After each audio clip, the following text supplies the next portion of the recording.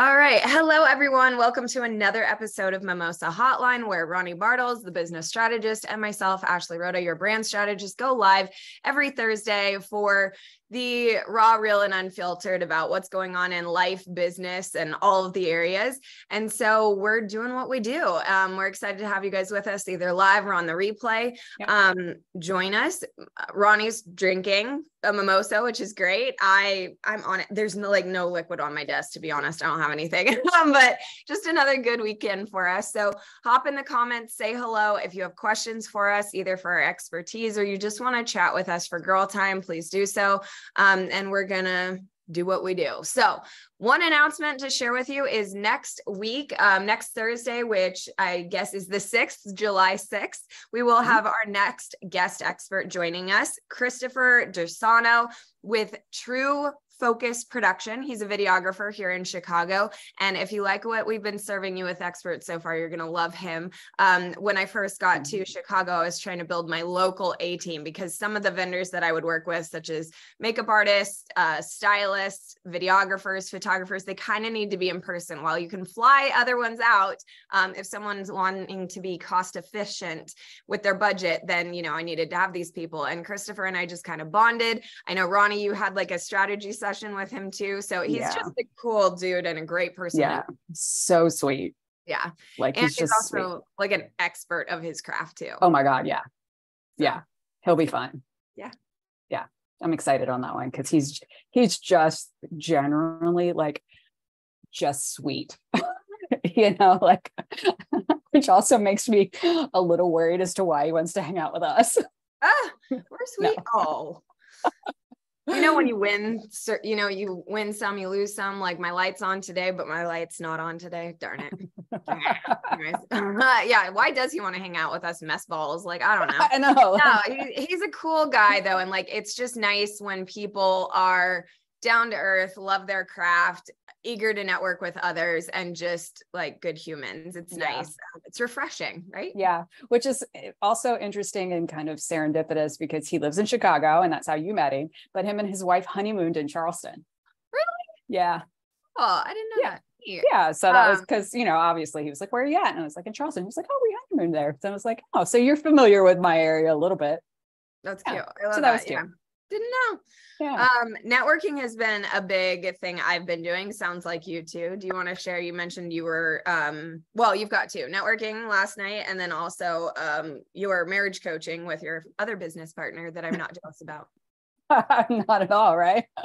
No, I was going to say you'd be proud of me. I networked last night and like, I don't do that often anymore, which is bad. I need to be much better about it, but you know, but this was kind of very specific for podcast networking.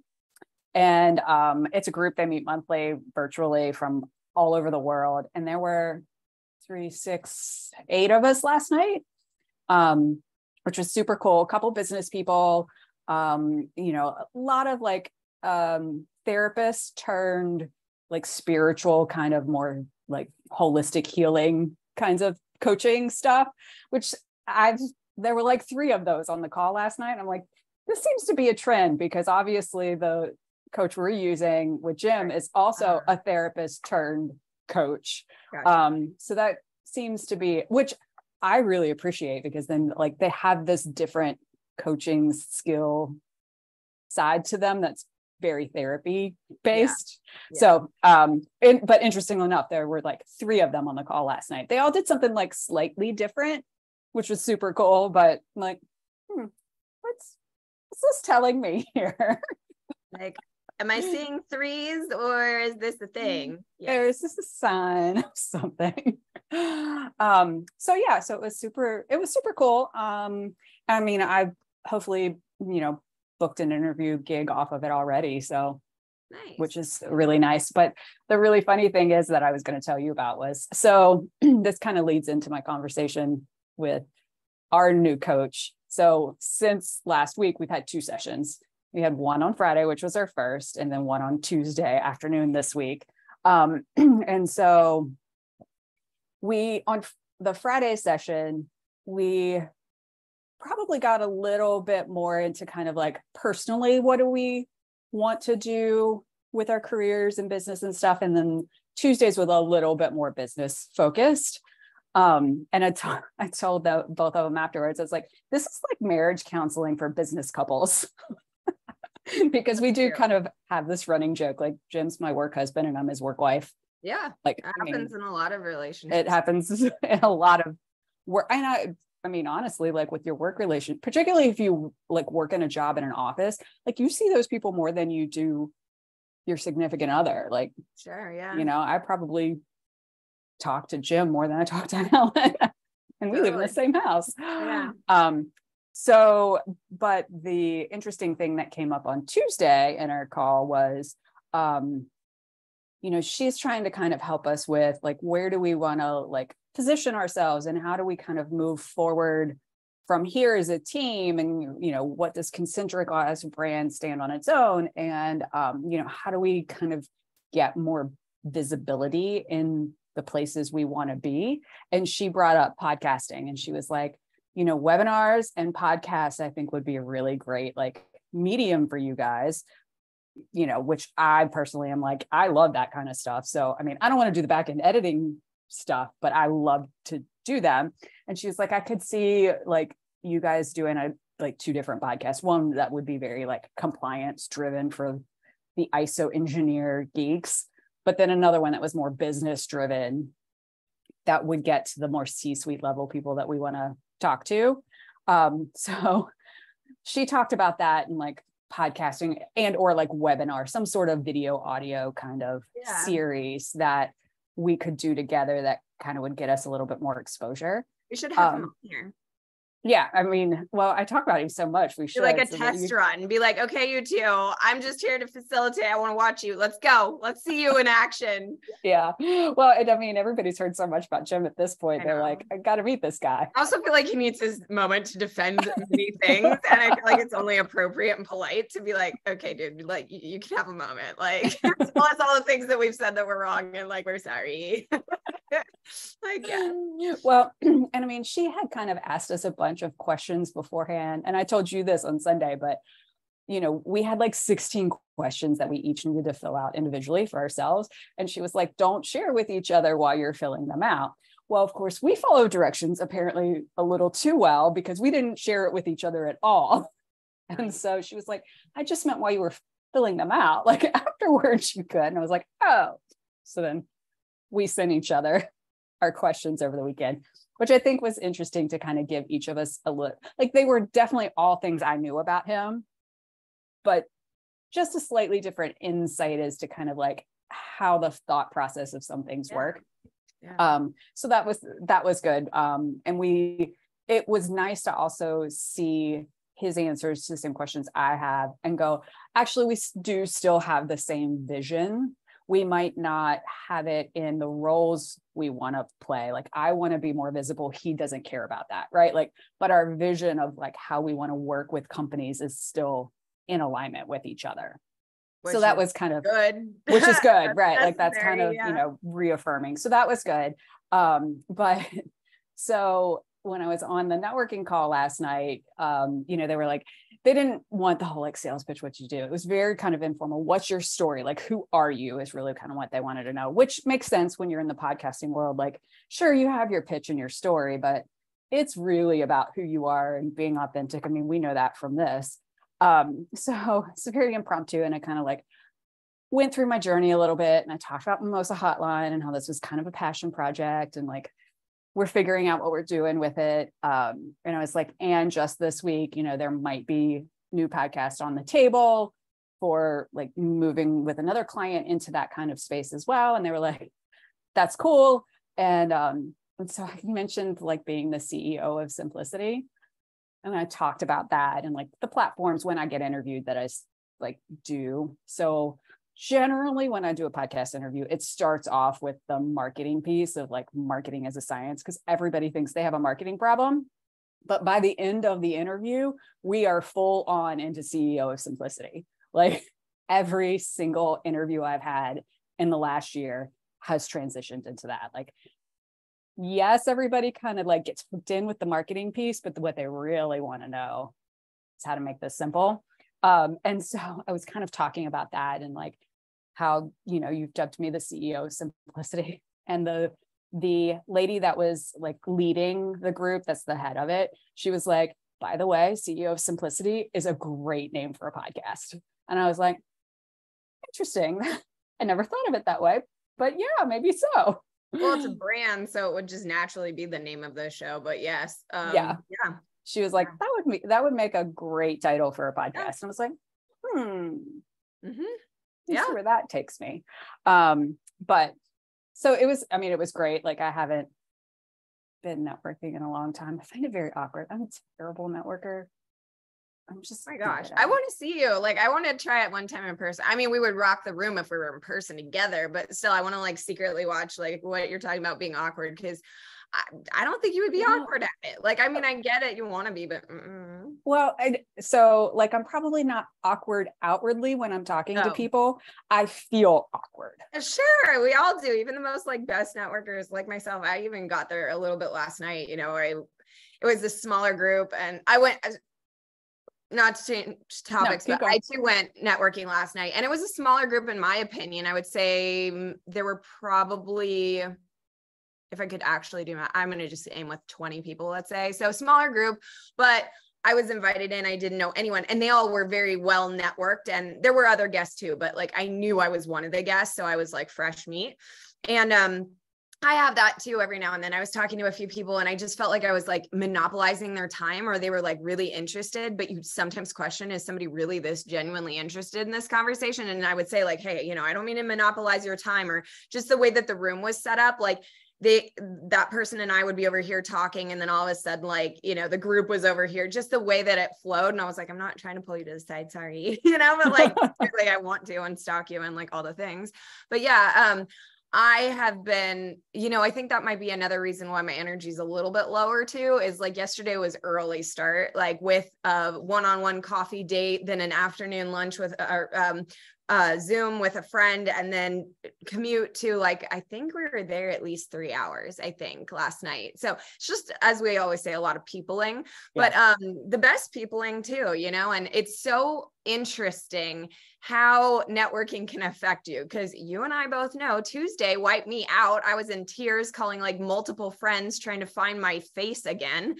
And then yesterday I felt so good. I came home and I was like, oh my God, there's hope for me. This is going to be great. Oh, look who showed up. Hi. We have a special guest today. This is who? Say hi. Say hi. You're going to be on YouTube now. Okay. Oh, sorry. She's so cute. I know. Like, it's a good thing she is, because she is rotten. Yeah. Rotten. Hi. Okay. Oh, she's. Mom. I know. I've hit the spot. Oh, there's a spot. I hit that, you know, scratch spot that she's like,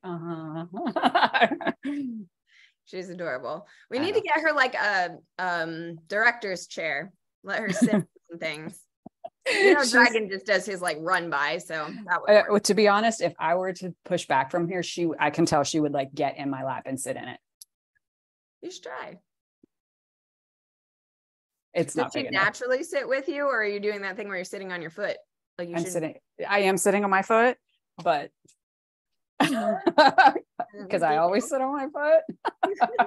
But I mean, if we were on the sofa, she'd be in my lap. Oh yeah, for sure. Yeah. For sure. It's a cuddle day too. I get that. Yeah. But networking is interesting. And finding the opportunities in the podcast. And Tuesday, I thought I never want to network again. I hate people. They're so mean. Like, I just was like, I felt completely shaken and not stirred. And then yesterday reminded me the goodness of humanity and just wild, divine things that happened, you know? Can I share about my little joy rock? Okay. Please do. So, ladies and gentlemen, I hope that converts to the right way in the video. It does. I just did on mine. Yeah. I was gonna say it did for me. So this is wild and crazy. So I have, as many of you know, and we're trying to like figure this out and how we publicly share all of this, but I have been job hunting, AKA joy hunting, because I've been very selective with my words. And like, it's just shitty to be job hunting. No one wants to be job hunting, but if you think of it like joy hunting, and it's like, I want to find my next joy, it's a little bit more inspiring, and you actually like do the do's that you need to do. And so last night, God, I got so scared. Talk about being scared, but in like a different reason for like not networking with people. But the hosts fill this like table with a bunch of just trinkets from their home. There's like kids' toys. There's this rock. There's all these things. Like, just think of it like gizmos and gadgets galore, right? All over this table. And the assignment was to pick an item that explained your Q2 the last 3 months and Q3 the next 3 months, and share it with the group. And I'm sitting there like, I don't want to tell you jack shit about the last Q2. And I really don't want to talk much about Q3. So how the hell am I going to get through this assignment? And you know, we often always think, I think this is something interesting internally. We always know, like, you know, something awkward, like maybe someone won't know that my left pant leg is slightly shorter than my right. Like, I don't fucking know what it is, but you know, that like thing, right. And you're so conscious of it, but no one else would ever pick up on it, or the things that you just think everyone sees that they don't. And so it was interesting. So I go up to the table and I'm just like, God help me, like something be on here that's positive that I can talk about. And then there's my little joy rock. And I was like, and I just grabbed it so fast. Everyone was like, damn, that was cat-like reflexes. And I was like, yes, I do have those. Yes, yes, yes. So then I was all excited. And, you know, sometimes you grab it and you're like, I don't actually know what this means, but the word was so clear as day. Like, I'll take that as my visual cue. And then the more that I sat with it, the more I just like fell in love with it. And it just symbolized so much for me. You know, the rock is just like, it has felt like I have just thrown a rock through the glass castle of my life moving out here and just trying to rebuild everything, but also joy because I am intentional in what I want to manifest and what I'm looking for. And when we first got here, you can attest to it. It's so embarrassing, but I would be crying out of happiness at the stupidest things. Like when we got to the main train here, and I'm on the train and my two besties are sitting across from me and I just lose it. Like, it's so embarrassing, but I was so freaking happy and like so excited for this new chapter. And so anyways, I share with my little group. And they're all like, oh, that's so great. And then we go back, and the host was actually sitting. One of the hosts was in my group, and she was like, you know, Ashley, that's my rock, but I want you to have it. And of course your brain's like, be polite. No, oh, no, I could never. But for the first time, I was like, you know, I really do need this right now. And I was like, thank you. And I said, I have every intention of either giving it back to you when I've found my joy, AKA job, so I can share with you like where this little rock has been with me, but also, another idea is I kind of want to pass it on. Like, once my joy has filled this rock, and it reminds me of one of the most incredible nonprofits I've ever been exposed to. Okay, wait, now I can see them in my head, but I can't think of it. Oh gosh, don't you hate when you do this? Yes, BACA, Bikers Against Child Abuse. It's a, like Harley Davidson, the roughest of bikers kind of tribe. And what they do is they collect teddy bears, and the teddy bear is hugged by all these burly biker men and just given all this love and just injected with all this love.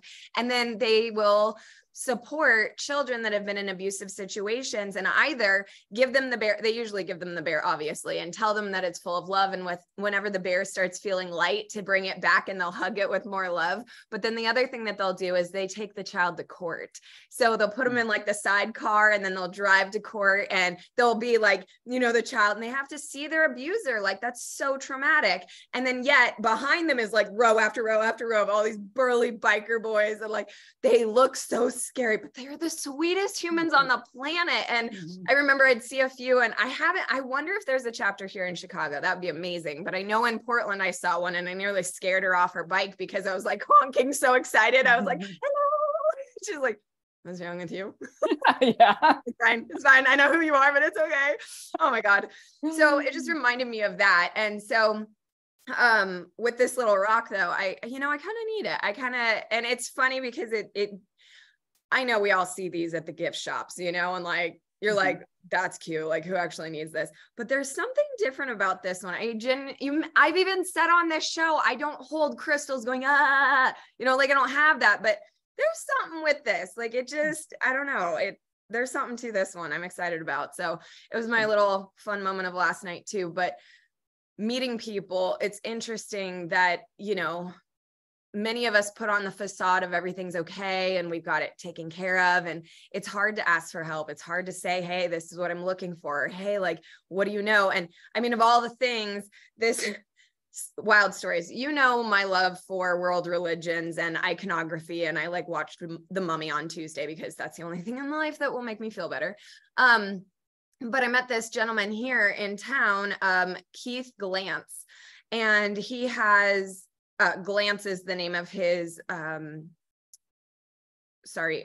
agency, words. Glantz Design, to be specific.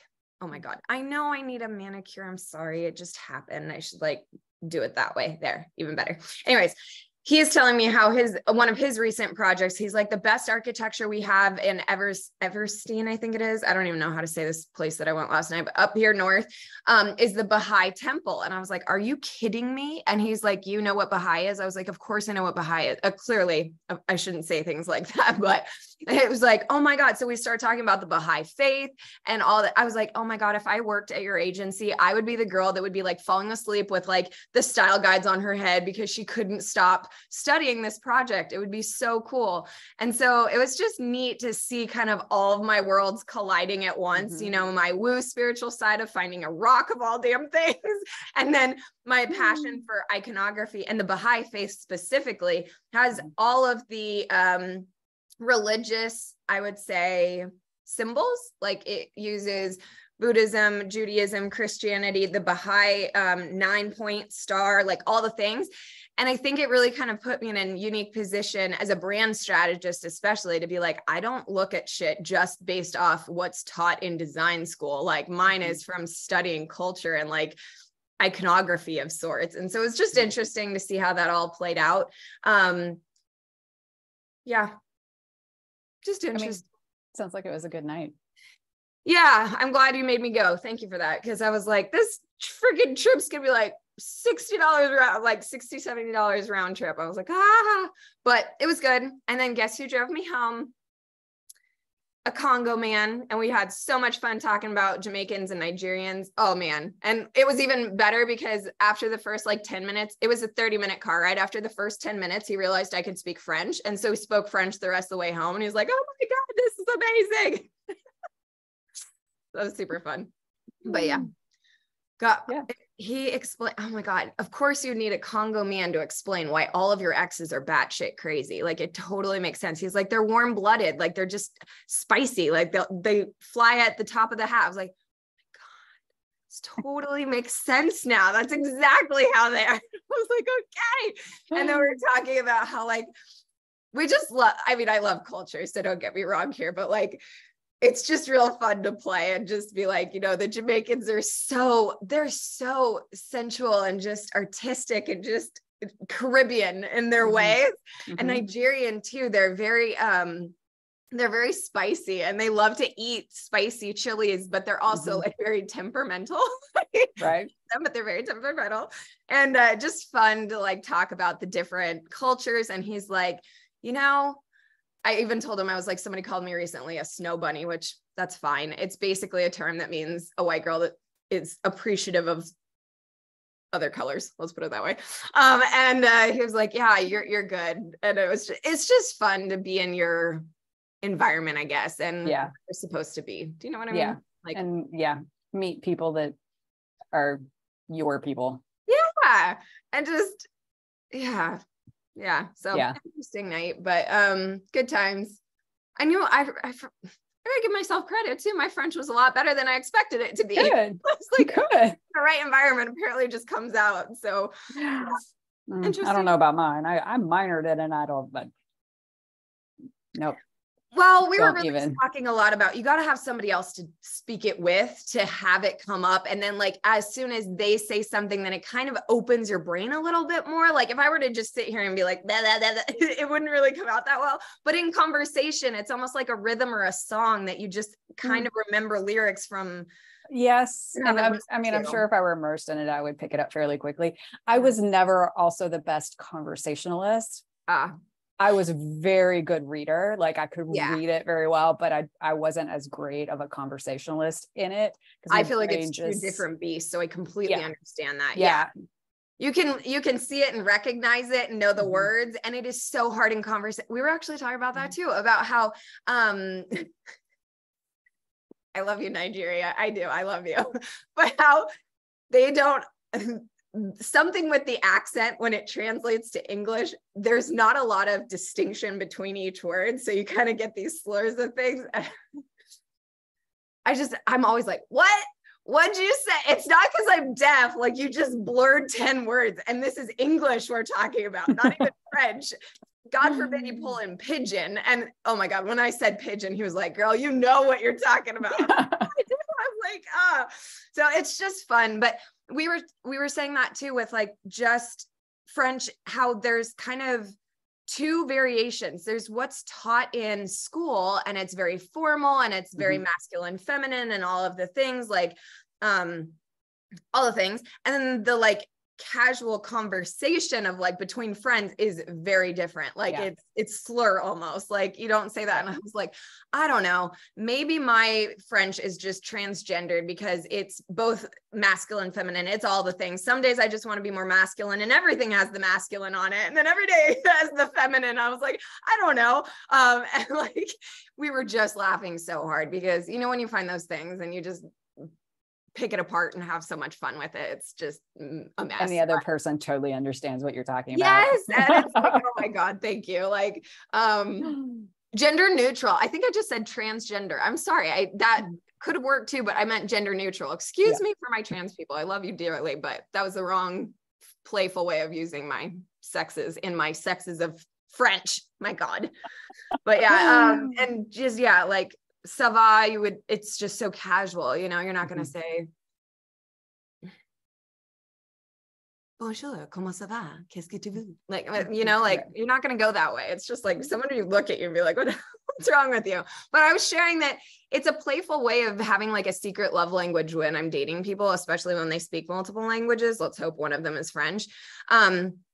Because then it's just that like inside thing. You have that wink from across the room or something. You have that secret handshake or that hug or something. But then when you can also be like, oh my God, get me out of here in French, you know, it's just kind of nice to be like that. So yeah, that's fun. Yeah, I learned a lot in my little Lyft drives. I'm telling you, I like for one networking event, that was a lot. Yeah. Well, and that's the other thing too, is like all those drives are like their own networking thing, you know? Oh yeah. Yeah. The guy that took me was Nigerian and the guy that brought me home was Congo. From the Congo, I guess is the more appropriate way to say that. But and Nigeria was great. I mean, he gave me a great tour, told me all the things, slurred his words a few times. And it was just funny because like then the ride home, I'm like, yep, that just happened. Now, I'm not to say any of the Nigerians are illiterate or anything like that or speak poorly. It's just they get so passionate and then they talk so fast.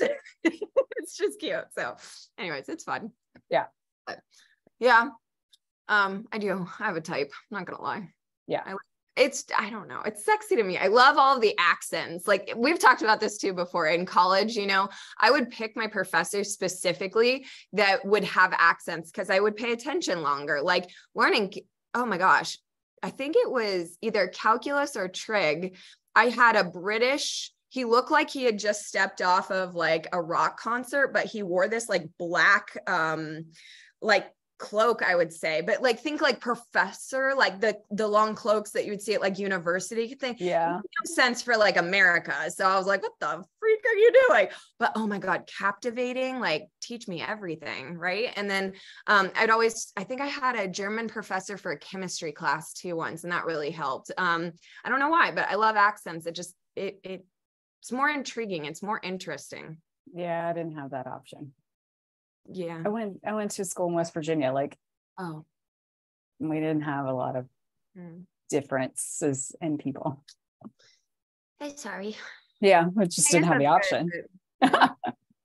Just didn't have the option. Culture. I just love, I do. I love culture. I love variety. I love all the things. I don't know. I mean, I do too. That's why I love to travel. True. Didn't get that in my yeah. hometown. I mean, I'm from a little town in West Virginia. Yep. Yep. You know? I'm like one of maybe 10 people in my whole graduating class that ever left the state. Wow. Dang. Yeah. I'm one of like 5 people in my entire family that's ever left the state or Wow. the area. I guess I can thank my parents for that. I don't know.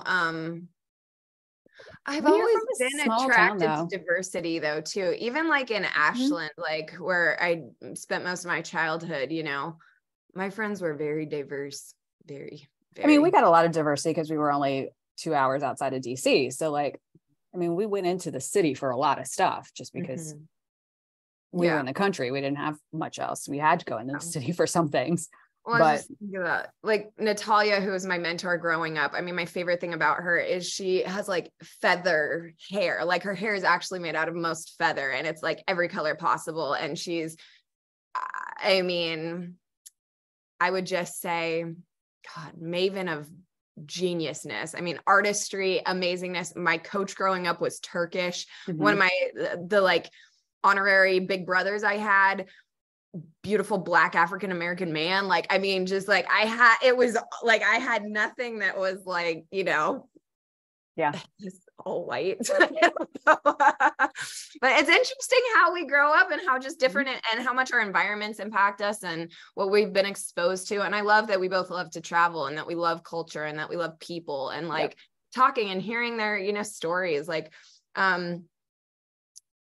I think I'm saying this correctly, but the man that drove me to the event, he was teaching me about juju music. And I was like, oh, I thought that was like a magic thing, like juju, like I didn't know. And so just fun that like, it's just fun. I think I'm saying that correctly. I may have murdered that, but that's a poor choice of words. Sorry. I may have mistaken that, but yeah, it's interesting. And I don't know.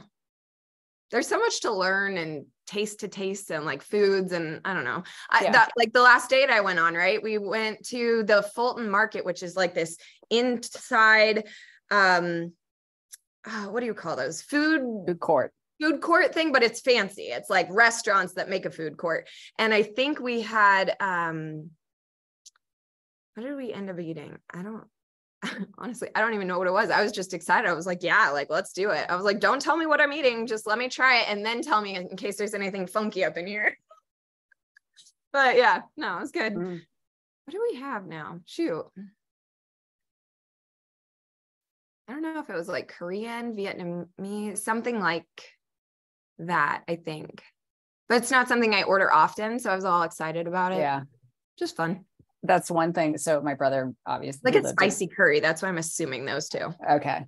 Yeah. I mean, could have been Indian. Yeah. Something. That's very curry. I should look that up and get back to all of us about that. My brother spent 8 years in Korea. Yeah. With the Department of Defense. And so that is one thing that he says that he really misses about Korea is Korean food. Yeah. He loves Korean food because it's mainly rice and meat. And he doesn't like vegetables. So like he loved it. Yeah. Of course he loved it. But yeah, he's like, I do miss good Korean food because now that he's back in West Virginia, he obviously does not get that. Yeah. It's crazy. And I mean, Chicago has such great food. As you and I both know, we have eaten our way through Chicago. People are like, what have you seen? I was like, it's more about what I've eaten. Yeah. I was like, I don't know that I've seen as much, but I've eaten a lot. Right. Great. Yeah, it's interesting, but yeah, I like my life when it's the good. Well, obviously we all like the good days, but you know, that one where I just felt like I got all of the me parts of the day, you know, it was very creative. It was very people-y. It was very like cultural and diverse and just fun. And I don't know.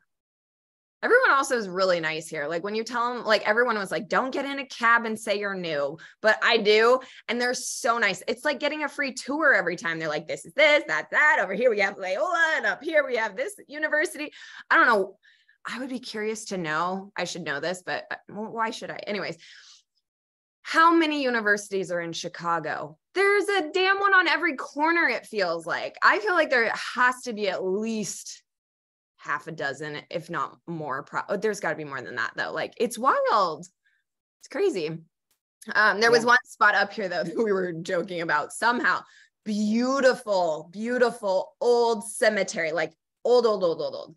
And there's like a brand new apartment strip, like put in right there. And he said it was very controversial when it went in. I was like, who the freak would rent that? And I was like, I just have to think, it's not even now that it's built. It's the person that woke up that was like, oh, I know, let's bulldoze the cemetery and build this that I'm concerned about. Like, crazy. But yeah, it was gorgeous though. I mean, probably one of the most beautiful cemeteries I've ever seen. Like the headstone, it's gorgeous. Like that should be, it's gotta be like an attraction that is in the maps or something, like go tour this or visit this. We have a few of those here. I bet. Like we have some gorgeous cemeteries because you get in there and like you have, obviously we're like an old city as well. Like we do have a problem. You can't just like build on burial grounds like that. Like here it's a big here like, too. I'm sure that like, it's a really big deal here. Yeah. And we have one, it's called Magnolia Cemetery and it's downtown and it's super old. And you get all of the headstones that are like hundreds of years old, but then you get the like big oak trees with all the Spanish moss hanging over them. So it's like that, like, okay, this is what a cemetery should look like. Like it's beautiful and creepy at the same time that you're like, perfect. Yeah. This one's like, not right across, but very close to the waterfront. I think, I don't know, my head was swiveling so fast to look at things. But I swear it was like right on the waterfront. And I was like, that's a good place. Like, some good things there. But yeah, just interesting. But yeah, I get like beautiful tours. Everyone's so nice. Oh, what brought you here? You know, like, do you know this? And over here's this neighborhood and and everything's $1 million homes, yada, yada. And I was like, okay, well, like that Midwestern hospitality. Yeah. I really love that part. They said though that I still had a Western vibe. And I was like, what's that mean? How do I get it off? Like, I hate that. I mean, I'm sure I stand out like a sore thumb with my little Southern accent when I get there. I mean, it only pops out every now and then on certain things, but no. But like, even you have an accent, see, like I'm a type, people, like, type. But yeah, I was like, oh. Not in a bad way, nothing against the West Coast, nothing against y'all, but like I was curious, like what is it like, you know, like what gives that back? I say like, Oregon because it's Oregon, not Oregon. Gun. By the way, sorry, I'm changing the subject, but this made me think of it when you said Oregon. Just this week, a new law passed in Oregon that now you have to pump your own gas. Oh shit, really? Yes. The only state left in the union is New Jersey now that you have attendance. Seriously? Oh god. Just this week. Wow. Yeah. Sorry. When I read it, they better have like tutorials or people out there helping train people, because when I read it, I instantly thought of you and that. I was like, I gotta remember to tell Ashley this because I just passed this week. You have to pump your own gas now in Oregon. I like that. Like the rest of the country. That sucks. But yeah, no, I won't lie. If anyone needs like another element of like my stupidity, I don't know how to pump gas. I've never had to. Like my childhood in California, I was young enough that I think maybe I helped a parent do it once or something, but I never really had to. And then when I've lived most of my life in Oregon, and anytime I'd have to go to Washington, I'd always make sure the gas tank was full because I didn't know what to do with the damn thing. I just was really dirty and smelly, and I feel like I'm gonna make a big fire. I don't know. It's just scary to me. But then coming out here, I was thinking the other day, they were talking about something about gas. Oh, I was in an electric car. There's a lot of them here, actually. Yeah. I know they're everywhere, but it seems to be very prevalent here. And we were talking about the charging stations. And I was like, now that I could learn, but this gas pump thingy. And we were also talking about the difference between the challenge of there's all these amazing bike paths here, but you have to like remember how to ride said bike versus scooter. And I was like, I think I want a scooter because that takes less like da-da-da-da, da-da-da-da. Like I just have to be like, da-da. Stay on my little scooter. Okay. But yeah, I do need to, I want to be able to scooter better than I know how. Like, I want to know just how to pick them up, take them out. But Ellen, that friend that I shared with you here, she said she would scooter with me. So I want to try one. Okay. I've yet to break Do my it with scooter virginity, but I was gonna say do it with somebody first. Right? Don't do it by yourself. I know, Yeah.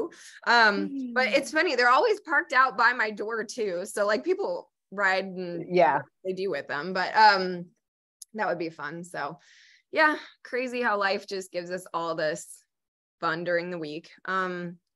no, I read that and I was like, oh yeah.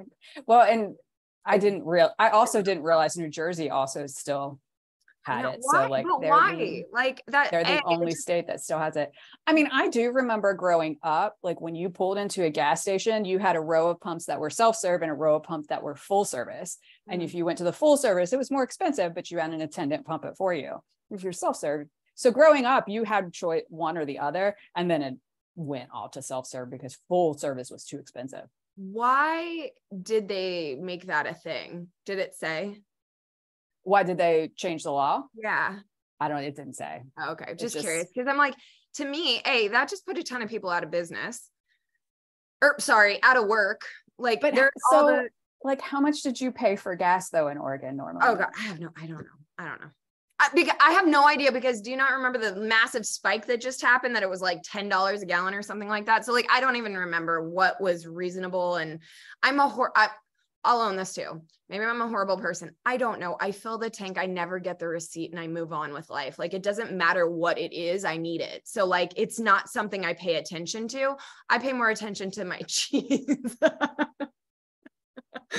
Well, I have disturbingly expensive taste when it comes to cheese, and I will find something and it's like a wedge for like $17, and I'm like, oh, maybe not today, and I put it away. But gas, I don't know. Sorry. I mean, I get that. Yes. I'm being like, I mean, I get it. You got to pick your battles. You got to pick what's in top of mind. And that is not one. It's more like, fill it with regular. Thank you so much. Enter GPS. Where am I headed? Like, I never paid attention. I mean, even when the gas price spiked, the only thing I did was, I remember checking on GPS because it was cool. It would show the price of all the gas stations. So I would go to the one that was like the cheapest of that. But, doesn't matter what it was. Just got to do it. I suspect it comes down to price. Like, maybe, I don't know. But I remember I did have a friend come in from out of town. Remember Brandon? He almost got ticketed because he tried to pump his own gas, and the attendant was like, "That's illegal. What are you doing?" And he got so scared because, I mean, I would have been that, like, I would have nothing to do with the fact that he was Black. It had to do with the fact that he's in Oregon and you can't pump your gas in Oregon like that. I would have been the same way. I would have been like, what the fuck? Like, what's wrong with you? Like, we're all like, what are you doing? Yeah. No, I'm realizing there's a lot about cars, especially if ever I were to need one here in Chicago. I don't know, because the way they drive, batty. It's more about like guidelines than rules and law. They get so close. I mean, you can touch the other cars. That would be difficult for me. Like, the taxi drivers are just baller. They're impressive as hell. Like, I love them. But wow, I don't know how they do it. Like, they don't get in accidents, but they should have hit at least 5 people on the way. Like, I don't know. Yeah. That would be tough for me. All of the stickers, like, you have to have a neighborhood sticker, the city sticker, the state, like, it's just beyond, plus the gas, plus the parking prices. I think it's $250 a spot in my building, if not $350. I'm not sure what it was, but I was like, guys, no way. Yeah. So the one thing I would like to do, somebody gave me a little bit more comfort last night. He's like, I let my girls ride the red line. I'm on what's the red line of the CTA or the L. And everybody's told me, don't do it. But I really want to. It seems like part of being a Chicagoan. Like, and I want to get through my first year, so I get any of my like newbiness, or just the fact that I don't know the stops off of me. So it's a little safer to do by myself, or whatever the situation is. But I want to be on the train. It looks fun. Okay. I don't know. I mean, public transportation is a good thing. Well, it's also like, you remember in Paris when you take the metro, like it's fun. It's an experience. Like I get for the commuters, they're just like, what the hell are you talking about? It gets you from point A to point B, but it's an experience. It's fun. I don't know. I mean, I interned in DC and I took it every day into the office as a commuter and like. And I've been thinking about that too. I'm like, it wouldn't be an active line if it were so unsafe. And I was like, I wonder, maybe, I don't know. Watch me get on and get mugged. I don't know. I'm just saying, like, I don't know. Be smart, keep your wits, you'll be fine. Don't, provoke rage, but still, like, I should take it. Oh, well, we'll see. Yeah. I mean, I took it into the city every day. I know. I mean, it's there for a reason. Like, hello. Yeah. I mean, that is like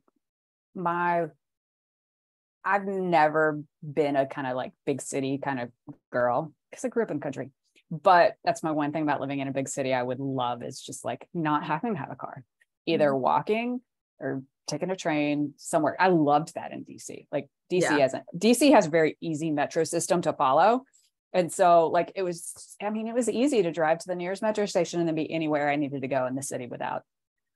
I think I do need to also lean. One thing that I'm getting a little snooty about is I'm getting very spoiled with my lifts and things because it'll be like a 30-minute commute versus like if I were to take a bus, it's more like 45 minutes to 50 minutes kind of thing. So I need to get used to a longer commute thing necessarily.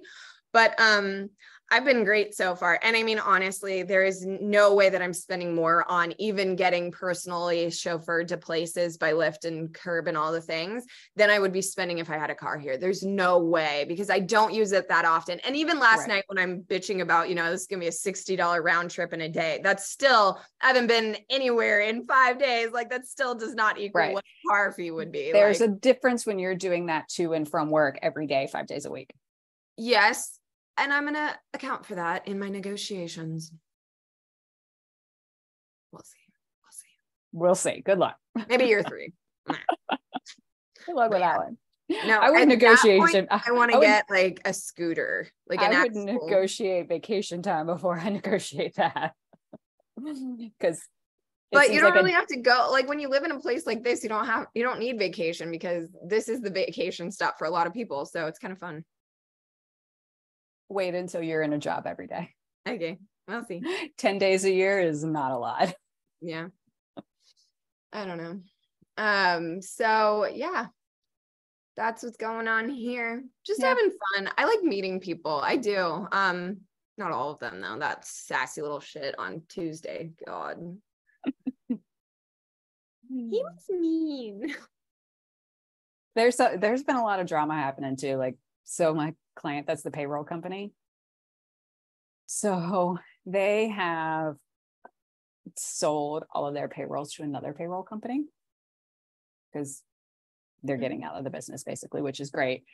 Well, they did that 2 weeks ago and they're like, starting July 1st, everybody's moving over to this new company. And I'm like, you're going to move 100 companies, 100 clients to a new payroll company by July 1st. You got 2 weeks to do that. Like, I've changed payroll companies before. It's not an easy thing to do. Mm-hmm. Well, so I actually do the payroll for their biggest client. Mm-hmm. And last week when I was there, they were like, oh yeah, they're on board. This is your last payroll working with them. Like after that, they'll be with the new company, blah, blah, blah. I'm like, okay, great. Well, the owner of the company calls me yesterday because I do her payroll. And she was like, I got a call from this guy, and I get a lot of sales calls. So I wanted to make sure this is a real guy first. And I was like, that is a real guy. He is from the payroll company. She was like, I just told there was going to be changes. What, like, do you know anything? What's going on? And I'm like, you have 100 employees and July 1st is in 3 days and you don't even know that there's a new payroll company? I'm like, oh my gosh. Poorly executed. So there's a lot of drama there. Yeah. So the only way I can relate is that like my bank was bought out by US Bank, as you know, and like the paperwork is insanity. Like I can't imagine, like, I know that's a bigger like system being changed, but payroll is pretty much the same thing. Like I can't imagine that there isn't like an SOP for transfers like this, or something that is like a standardization that's implemented when this happens, or like an industry, what do you call that? An industry standard. Yeah. I mean, there's not like a compliance to it, but the problem with it is like, if you run your payroll for your employees every week, you only have 1 week to get it right. Right. Like, so it's very timeline driven. But then why aren't they being notified 30 days in advance of exactly how? Exactly. Like, here's the steps you need to take before we switch within this like short little window, like just been poorly executed. And I'm just like, hey, I have no dog in the game here. So I'm like, I'll just do the work I need to do and you tell me what to do. But what drama. And then that creates just such an unrest and so many calls and so many questions. And then the people, well, and I won't lie that I did, once I finally sat down and read it, I will give US Bank a credit. Like it was well written. It was well explained. It was pretty like dummy proof. Like if you read it, it gave you timelines, but it was also long timelines. So I think my big concern, well, you guys don't necessarily have this, but I was thinking, what do the older citizens do that like don't have the business savvy, don't have like just my wits about me, you're older, like how would they take care of this? Like, oh my God. And then my crazy OCD where I have the accounts, everything that comes out on each of the cards. Like, yes, it took me a good hour to like go through and get into each account, switch out the card, yada, yada. But what about people that don't know what's on being charged to that card? You just set up auto pay. Like, what do they do? And I was like, oh my gosh. Or people that aren't tech savvy. Yeah. Ugh, not fun, not fun. So what's your person going to do? Like, she's just 3 days. Like, clearly you guys are going to work the weekend. I'm away. Oh, I'm out of town. That's shitty. What's she going to do? I don't know. And I'm really just the point of contact at my payroll company. So I don't know. Supposedly yesterday afternoon, they were having a meeting and I haven't been looped into any of that. I mean, and the only reason she contacted me is because she's the one I talk to every 2 weeks to run payroll. And we talk about like very specific payroll stuff. We don't normally talk about like what's going on with anything else, so, but we do talk like every week. So of course she called me because I'm her point of contact for stuff. And I'm like, I said to her yesterday, I was like, I'm going to be completely honest. I'm as much in the dark as you are on this. And she was like, okay. I'm like, I mean, which is good for the transparency, but also like, that's a scram. I was like, I will get with Bobby, your accountant, and like, see if I can get any information for both of us. And she was like, that'd be great. And I was like, but you can call this guy back. He's not a sales guy. Like, I do know he is like the owner of that company. You should call him back. And she's like, okay. She's like, I just want to make sure, because I get so many sales calls in a day. Yeah. You never know who's like real and who's not. She's like, so I just wanted to make sure. I was like, no, that one is good. I totally understand what you mean, because I get the same thing. And she was like, well, I'm like, my schedule's so busy. It's not like I can just like throw a meeting on the calendar for Friday. And I was like, I get you. If it's not on the calendar, it doesn't happen. She goes, exactly. Yeah. So like, we kind of like connected on like, we were very similar in this regard. So she was like, Ronnie gets me. Yeah. And that's so important, especially in those like tense things or things that are out of our depth. I mean, you've been helping me with taxes too. Like and you know, what's scary. And I've been having moments about this too, is like, as we all know, that was one area I got royally screwed. Trusting an advisor that it's so weird. There's this catch-22 of like, you're supposed to hire these experts because they know what to do and ethically, morally, and soundly do it. But then also we don't know what we're doing. And it goes back to even branding and marketing, where they have to know enough, but what do you need to know, and yada, yada. And I have felt so stupid this last round of taxes, I don't know what it is, but I have just felt like, I don't know what happened. I never met these people. They've been very nice in their communications with us, and like, they're great people. I know it's being done, but God forbid, like, you know, just what's to say, like, if they had, this is not the situation, but if they were like tax evaders or something like this, I mean, they have all my information, my accounts, like everything. Like, so weird how we blindly trust that things are being taken care of, yet at the same time, we should know more, have more. I don't know. It really gets my little soft spots. Mm-hmm. Like, well, and I mean, even in this case, like that, while they speak the same language because it's still in that same industry and field, from company to company, they have different lingo within the company, right? Like, so like even with payroll, like we have what we call live payrolls and monthly payrolls, but that's not what they call that in another payroll company. You know, like, so then everybody, they're like, well, I'm used to this. What does that look like over here? Right. Yeah. So like, I mean, in your change kind of specifically, they even have their own lingo that probably your old tax people didn't have. So like, you feel stupid because you're like, I should know this, but maybe I don't. And it might be just like, that's just how they say a thing. things. Yeah. I just remember I was very spoiled with Jerry. Jerry's always been my tax lady, and she was so nice. And I remember because I went in because I went through the things that I went through. And I have to, whenever I hire someone, and I didn't do it at all with these people, which that's another thing to mention, but I often vet the human first. Like, I don't even care what we're doing. If it's a doctor, if it's a lawyer, if it's a tax person, like, I just want to know some of the basic things. And I had to ask, you know, like, are you a CPA or are you there's another credential that's like one step under that? Like, what is this? Mm-hmm. And, because of the situation, long story short, a financial advisor embezzled my money and it was cute. And I went through a lawsuit. Anyways, that's what I'm talking about. So when I went to her, I was like, can you just at least, I don't want to know how to file a tax form. I don't want to know any of this, but can you at least explain the forms that are in front of me so I have at least an idea that I can't say what I did the first time that fucked me, which was I signed on a line.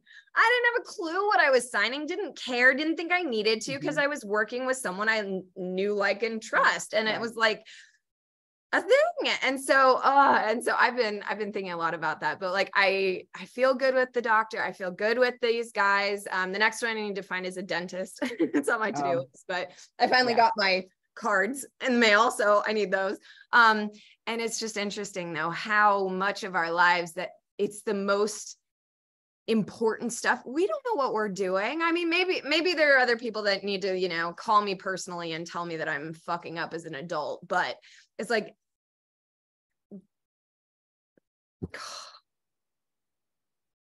it's crazy. There's a lot to know. And it's, you know, I've been a lot too with this job, joy hunting, is how much of my time, energy, and brain knows this vertical. And outside of that, I mean, you know, cooking, pumping gas, I don't have a clue. You want me to brand your company and make it iconic? Absolutely. But, you know, it's like where we put our time and energy and what we focus on. So, yeah. I mean, but I'm very glad that I don't have a car and I'm not living in Oregon and I don't need to learn how to pump my gas. Cause you know, I'd be FaceTiming you and be like, okay, do you see the thing over there? And then this, and like, what goes where? How's this work? But I remember Scoot would have been good. She had that little like twist thing in her, and is it the gas cap? Yes. Okay. Everybody has a gas cap and it does a twisty thing. I'm smiling. I promise. Maybe not. Hey, there's a big difference between like doing your job that you were trained in doing and like life. Yeah. Like they don't teach you in school how to life. No. And you know, it's just everything. It's daunting. You know, we have to be perfect nutritionists to be able to know our, you know, calorie intake. We need to be CPAs to know how to file our taxes. We need to be financial investors to be able to work our finances. Manage our money. Then we need to be savvy in law to be able to handle our shit when people fuck with us. Chefs to eat every night, you know? Oh my God. Like, I just can't be all these titles. Like, I just kind of want to retract it and just be like, I just want to be a She-Hulk. Like, what's that do for me? Like, is that okay? Can I just get, damn, that's a lot.